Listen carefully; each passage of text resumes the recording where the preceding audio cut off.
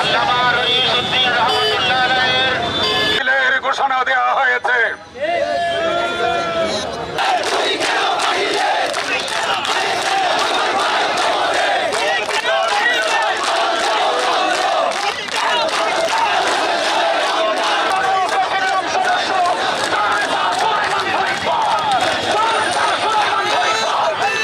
আজকে আমার ভাইদের বিরুদ্ধে নাশকতার মামলা দেওয়া হয়েছে।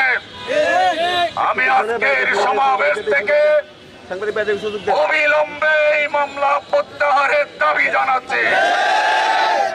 আপনারা জানেন আমরা কেন রাজপথে এসেছি। আমরা একজন আলেমের বিচারের দাবিতে রাস্তায় নেমেছি। এই দেশ মুসলমান সংখ্যাগরিষ্ঠ জনগণের দেশ। এখানে যদি একজন আলেমের হত্যার বিচার না হয় তাহলে এটাকে দুনিয়া সন্ত্রাসী রাষ্ট্র হিসেবে আখ্যায়িত করবে। আমরা মনে করি নোবেল লরিয়েট ডক্টর ইউনূস সাহেব বাংলাদেশের অন্তর্বর্তী সরকারের দায়িত্ব পালন করছেন। আমরা আশা করি ফ্যাসিবাদের বিদায়ের পরে এই রাষ্ট্র সুন্দরভাবে চলবে, মানুষের স্বাধীনতা নিশ্চিত হবে।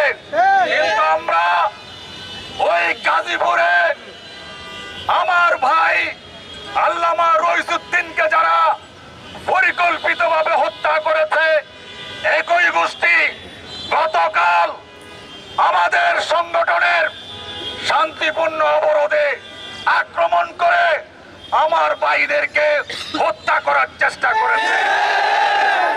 আমি প্রশাসনের কাছে দাবি জানাবো, রাস্তায় আমরা থাকতে চাই না। আমরা এদেশের মানুষের শান্তির পক্ষে।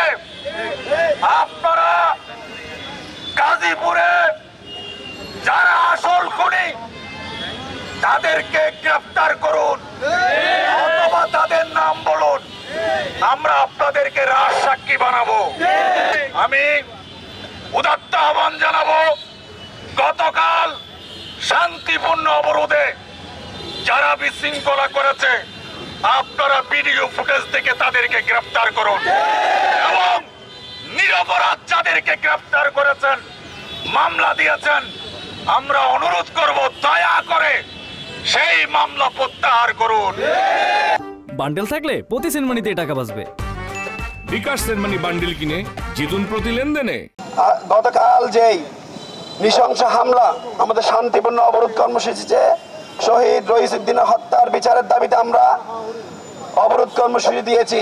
সারা দেশের চিত্র আপনারা দেখেছেন, আমাদের প্রশাসন সহ মিডিয়ার বাইরে দেখেছেন, গণমাধ্যমের মাধ্যমে আপনারা দেখেছেন যে কোথাও আমরা কোনো ধরনের বিশৃঙ্খল পরিবেশ সৃষ্টি করি নাই।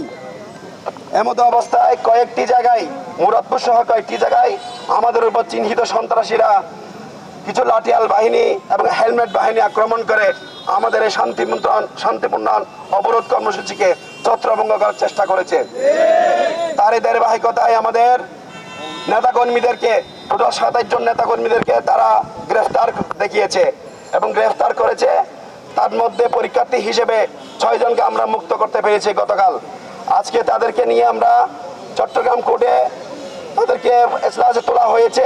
তাদের বিরুদ্ধে যে মামলা, যে এজাহার, সে এজাহার ভিত্তিহীন এবং এই এজাহারকে আমরা ঘৃণাভাবে প্রত্যাখ্যান করি। সংগ্রামী উপস্থিতি, অন্যায় হবে আইনি লড়াইয়ে আমাদের রইসুদ্দিন ভাইয়ের হত্যার বিচার রুজু করা হয়েছে, মামলা রুজু করা হয়েছে, মামলা গ্রহণ করেছে। আমরা অনতিবিলম্বে এই মামলার তদন্তে যাদেরকে আসামি করা হয়েছে দ্রুত সে আসামিদেরকে গ্রেফতার করবে। আমরা স্বরাষ্ট্র উপদেষ্টা সহ দেশের সকল প্রশাসনকে আমরা সেই ক্ষেত্রে সহযোগিতা করার আহ্বান জানাই।